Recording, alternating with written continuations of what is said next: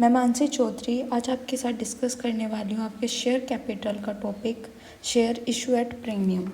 तो आज हम इस टॉपिक के बारे में डिस्कस करने वाले हैं प्रीमियम। क्या होता है प्रीमियम? तो प्रीमियम जब आप कोई शेयर इशू करते हैं, माना आपके 100 आप कंपनी है, कंपनी ने 100 शेयर इशू करे जिनकी फेस वैल्यू है 10 पर शेयर, लेकिन कंपनी ने वे 10 पर शेयर पे इशू ना करके एट द रेट 12 पर शेयर से इशू किए। तो इस सिचुएशन में क्या है, उन्होंने 2 रुपीज़ प्रीमियम के मांगे हैं अपने इन्वेस्टर्स से कि भाई हमारे फेस वैल्यू 10 है लेकिन हम 12 पे कर रहे हैं। और प्रीमियम पे कंपनी तभी इशू करती है जब उसकी रेपुटेशन अच्छी होती है, उसे लगता है कि लोग उसकी शेयर के लिए इतना पे कर देंगे। तो कंपनी ने 10 की जगह 12 पे अपने शेयर इशू कर दिए। तो इस सिचुएशन को हम कहते हैं एट प्रीमियम। अब इसमें क्या होता है, कंपनी की एप्लीकेशन मनी होती है, अलॉटमेंट। तो इसे हम पहले तो 10 को बांटते हैं। 10 रुपीज़ जो है कंपनी जैसे अपने इशू करती है शेयर, तो वो 10 रुपीज़ में 2 रुपीज़ तो एप्लीकेशन पे, फिर 5 rupees allotment, then application allotment, फिर कॉल जो आपके 3 रुपीज़ कॉल पे अपने इन्वेस्टर से मंगाती है। ओके, एप्लीकेशन, अलॉटमेंट और कॉल। अब उसने 2 रुपीज़ और ऐड किए हैं प्रीमियम के। तो ये कंपनी मतलब कोई इसके लिए ये नहीं है कि आपको एप्लीकेशन पे मंगाने हैं या अलॉटमेंट पे या कॉल पे। ये कंपनी की अपनी मर्जी है, ये अपना डिसीज़न है कि वो एप्लीकेशन पे इसके लिए अपने इन्वेस्टर को बोल दे कि आपको एप्लीकेशन पे ही ये 2 रुपये पे करने हैं, या फिर ऐसा कर सकती है इस पे कैंसिल करके वो कहे कि आपको अलॉटमेंट पे करने हैं प्रीमियम के 2 रुपीज़ पे, या फिर वो कह सकती है कि आपको प्रीमियम के 2 रुपीज़ कॉल पे करने हैं। इन जनरल तो अलॉटमेंट पे ही मंगाती है जो कंपनी होती है, वो अलॉटमेंट पे कहती है कि अलॉटमेंट पे ही प्रीमियम के लिए भी कॉल करती है कि आप प्रीमियम अकाउंट भी अपने अलॉटमेंट के साथ पे करें। वरना कोई वो नहीं है रिस्ट्रिक्शन कि आपको अलॉटमेंट पे ही मंगाने हैं, एप्लीकेशन पे भी मंगा सकती है और कॉल पे भी मंगा सकती है। लेकिन रेयर केस होता है एप्लीकेशन का और कॉल का, इन जनरल अलॉटमेंट पे ही मंगाती है। ओके, तो होता क्या है, प्रीमियम क्या होता है ये बात कर ली हमने। तीनों कॉल पे मतलब एप्लीकेशन, अलॉटमेंट और कॉल तीनों में किसी भी स्टेज पे मंगा सकती है, ये कोई बाउंडेशन नहीं है कि आपको तभी मंगानी है। अब जो प्रीमियम आपका प्रीमियम होता है उसके लिए एक स्पेशल अकाउंट बनाया जाता है। जब कंपनी प्रीमियम पे शेयर इशू करती है तो एक सिक्योरिटी प्रीमियम के नाम से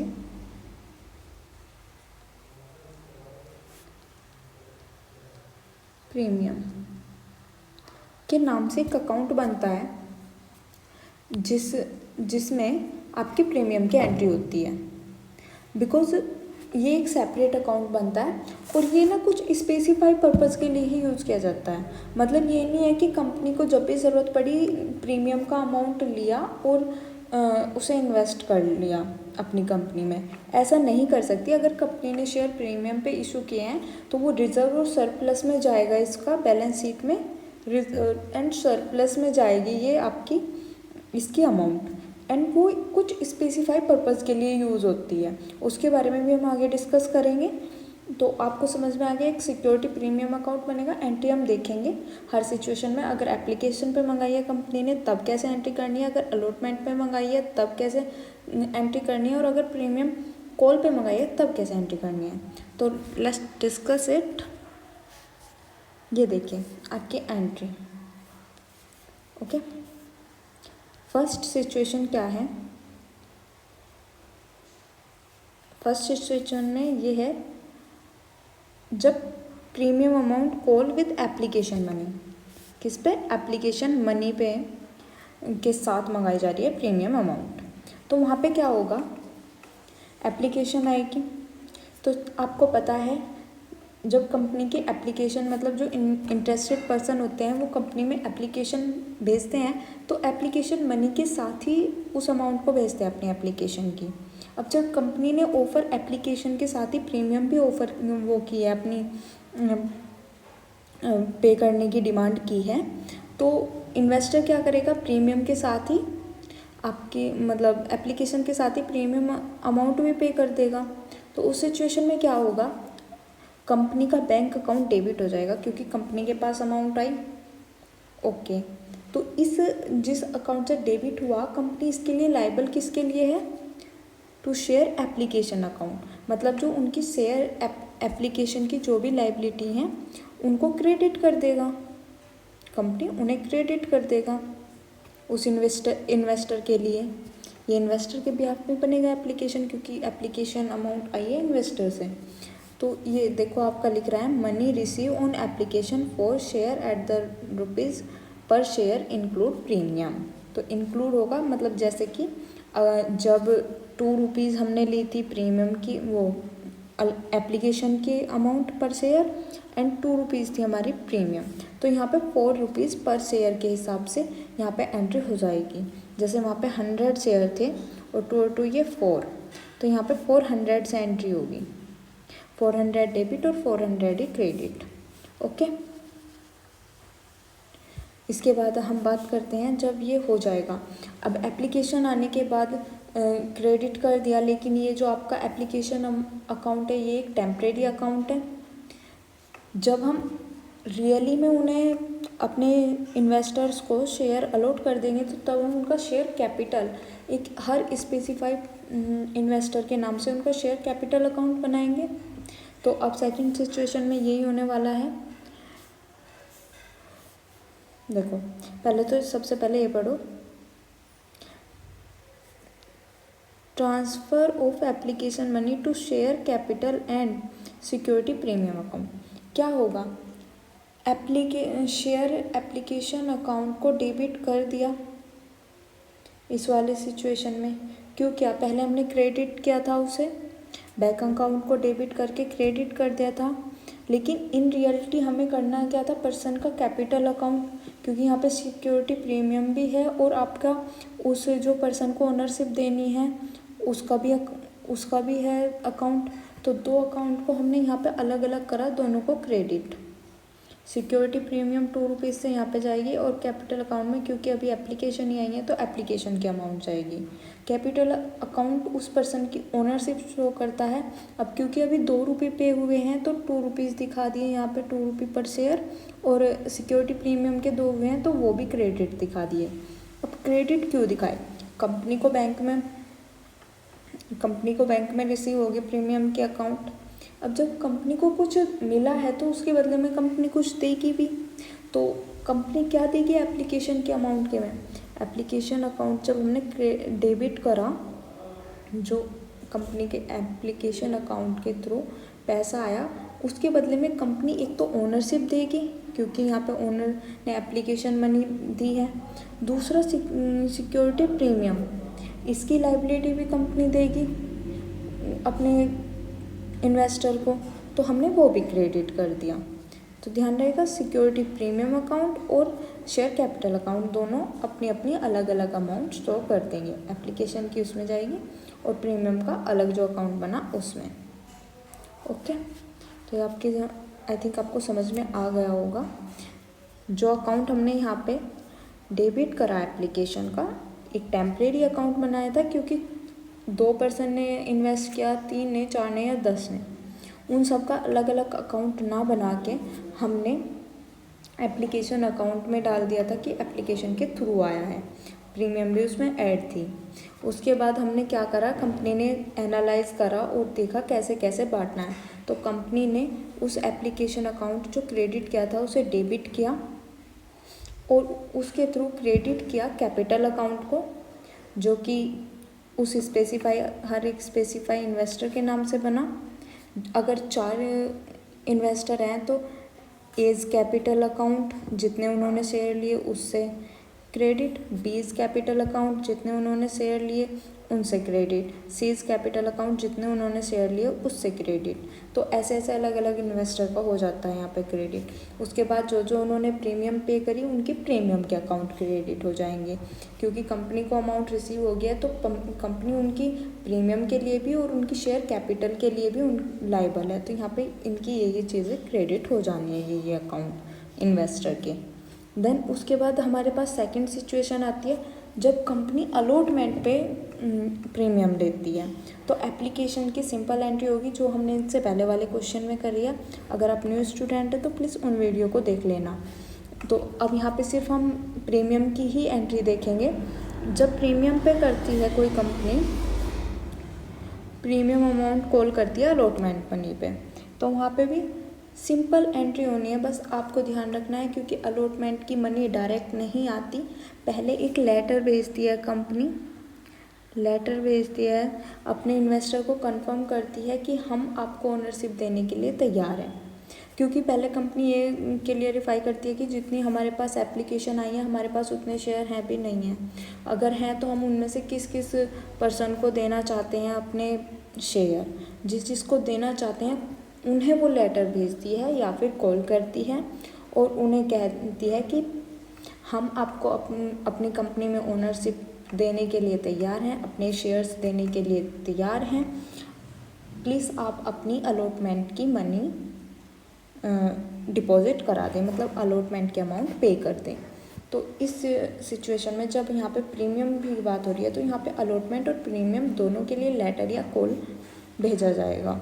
तो उस सिचुएशन में कैसे होगी, जब कंपनी भेजेगी तो अपनी इस स्टेप की एंट्री करेगी, कंपनी के कॉल करने की या लेटर भेजने की जो स्टेप होगा पहले कंपनी इसकी एंट्री करेगी। हमने यहाँ पे लिख भी रखा है अमाउंट ड्यू, ध्यान रखना अमाउंट ड्यू है ऑन अलॉटमेंट ऑफ शेयर, और इसमें इंक्लूड है प्रीमियम भी। तो यहाँ पे होगा अलॉटमेंट अकाउंट, उसे डेबिट करेंगे। ध्यान रखना जब मनी रिसीव होती है तब बैंक अकाउंट डेबिट होता है, लेकिन अभी और जब रियलिटी में इन्वेस्टर को उसकी लाइबिलिटी जो रहती है कंपनी की वो दिखाई जाती है इन्वेस्टर के अकाउंट में रियली में कि अब हमें रिसीव होगी, तब कैपिटल अकाउंट बनता है इन्वेस्टर के बिहाफ पे। तो क्या होगा, आपका अलॉटमेंट अकाउंट डेबिट हो जाएगा क्योंकि कंपनी को अलॉटमेंट अकाउंट से मिलना है, मतलब अलॉटमेंट अकाउंट की मनी कंपनी को लेनी है। देना किसे है, शेयर कैपिटल अकाउंट को और सिक्योरिटी प्रीमियम अकाउंट को।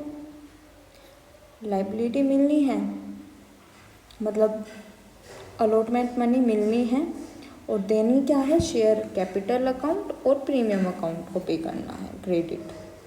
तो ये करना है, इसके लिए हमने लेटर भेज दिया है। ये सिचुएशन, ये स्टेज कंप्लीट। इसके बाद जब मनी रिसीव हो जाती है अलॉटमेंट की, जब अलॉटमेंट की मनी रिसीव होगी तो बैंक अकाउंट को कर देंगे डेबिट कि हाँ बैंक में अमाउंट आ चुकी है, कंपनी को मिल गया। और जो अलॉटमेंट अकाउंट डेबिट करा था जिससे लेना था उससे मिल गया तो अलॉटमेंट अकाउंट को क्रेडिट कर देंगे, बिकॉज अब कंपनी को जो वो है अलॉटमेंट की जो लाइबिलिटी है कंपनी को अब फुलफ़िल करनी है। ये जो अमाउंट अलॉटमेंट क्या है इसके बिहाफ पर, तो ये अलॉटमेंट मनी होगी, इसमें इंक्लूड होगी प्रीमियम भी।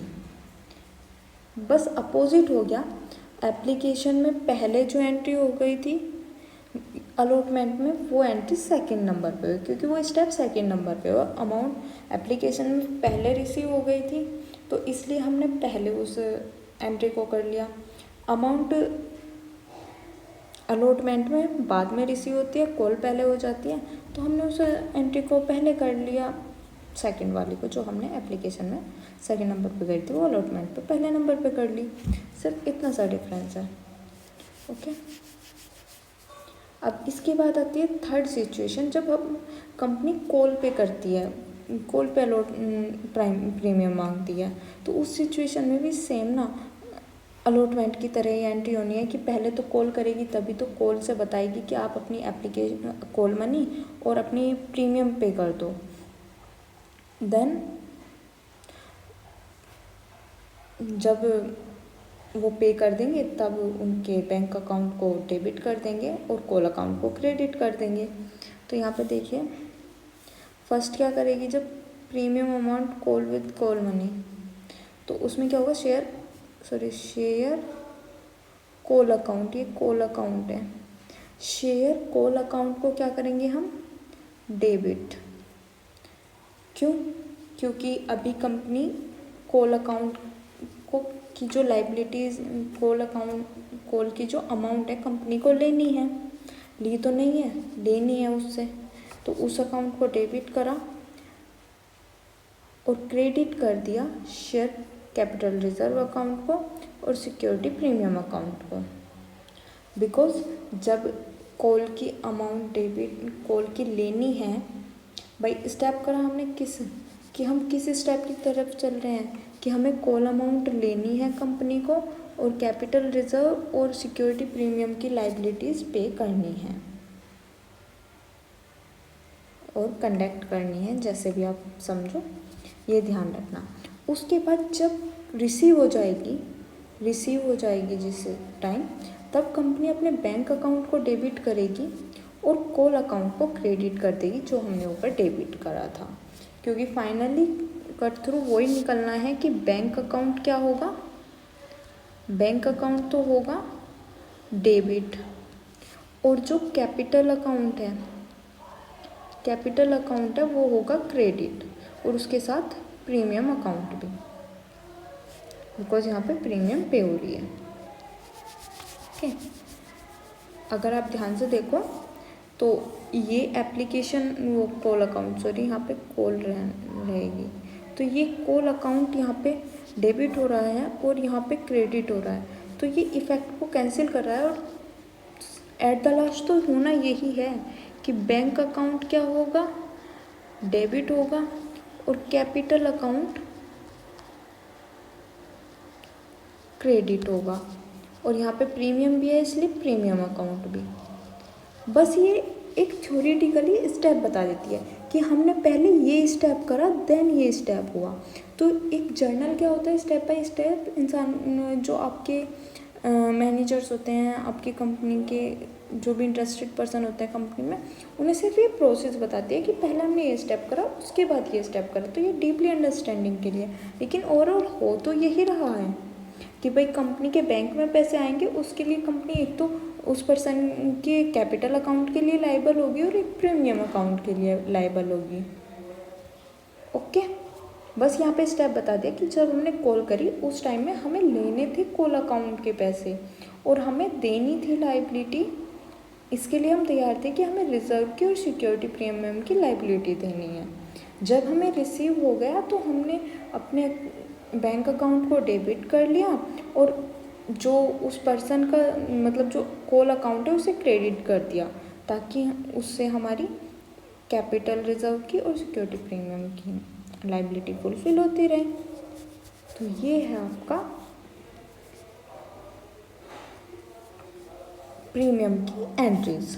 तो आपको समझ में आया आई थिंक कि अगर एप्लीकेशन पे है तो हमें क्या अकाउंट, एप्लीकेशन पे प्रीमियम मांग रहे हैं तो क्या अकाउंटिंग वो करनी है हमें ट्रीटमेंट, और अगर अलॉटमेंट पे मांग रहे हैं तो क्या करना ट्रीटमेंट करना है, और अगर कॉल पे मांग रहे हैं तो क्या ट्रीटमेंट करना है।